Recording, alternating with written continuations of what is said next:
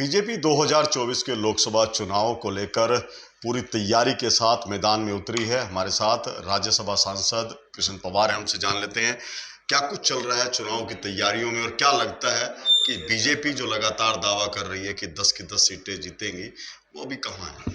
BJP दावा नहीं कर रही। बीजेपी एक ऐसी पार्टी है जिसके पूरे देश में 18 करोड़ कार्यकर्ता है और देश में सबसे पहले सभी पार्टियों में सबसे ज़्यादा पहले बीजेपी ने पूरे देश में टिकटें जारी की।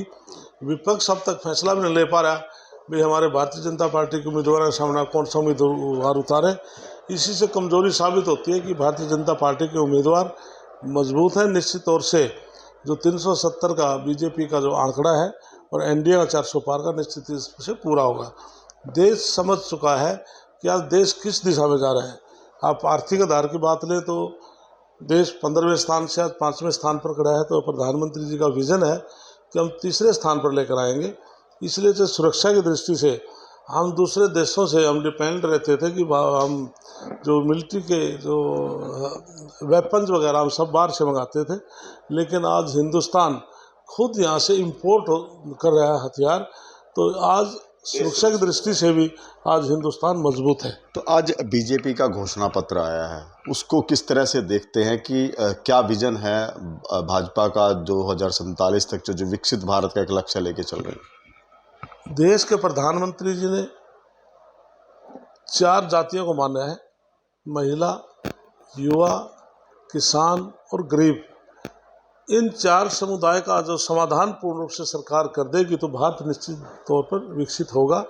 और आज नरेंद्र मोदी ने गरीब आदमी को विश्वास दिलाया था कि देश में कोई गरीब आदमी का भूखा नहीं रहेगा। 80 करोड़ लोगों को राशन देना काम किया और अगले 5 साल के लिए भी गारंटी देना काम किया। तो किस प्रकार से 12 करोड़ घरों में महिलाओं के लिए इज्जत घर शौचालय बनाना काम किया। राहुल गांधी कहते हैं कि इन 2 शब्दों का जिक्र क्यों नहीं है, महंगाई का जिक्र क्यों नहीं है, बेरोजगारी का जिक्र क्यों नहीं है संकल्प पत्र में?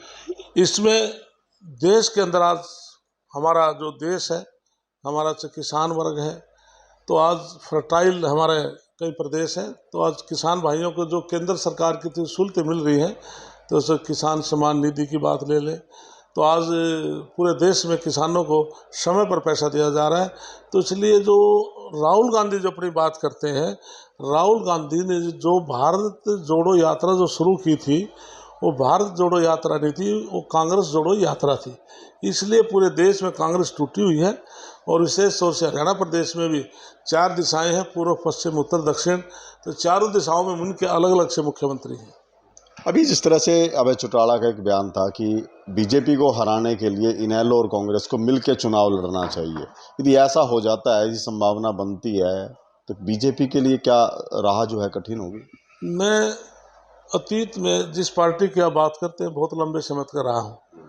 यदि अब की बार उनकी ऐसी सोच बन गई है तो मैं तो सोचता हूँ बहुत कमजोरी की बात है, क्योंकि चौधरी देवीलाल है, चाहे ओम प्रकाश चौटाला है, सदैव कांग्रेस के खिलाफ वो चुनाव लड़ते रहे हैं। यदि आज उनकी पार्टी इस बात की सोच बना चुकी है तो मैं तो कहता हूँ कमजोरी साबित की ये बात है।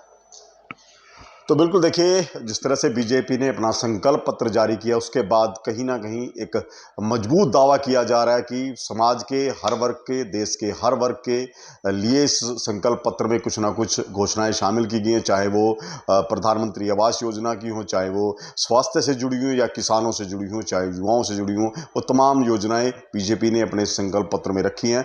और इसी के दम पर दावा किया है कि आगामी जो चुनाव है 2024 का, वो भारी बहुमत से जीता जाएगा। करनाल से महेंद्र सिंह, इंडियन न्यूज़ हरियाणा।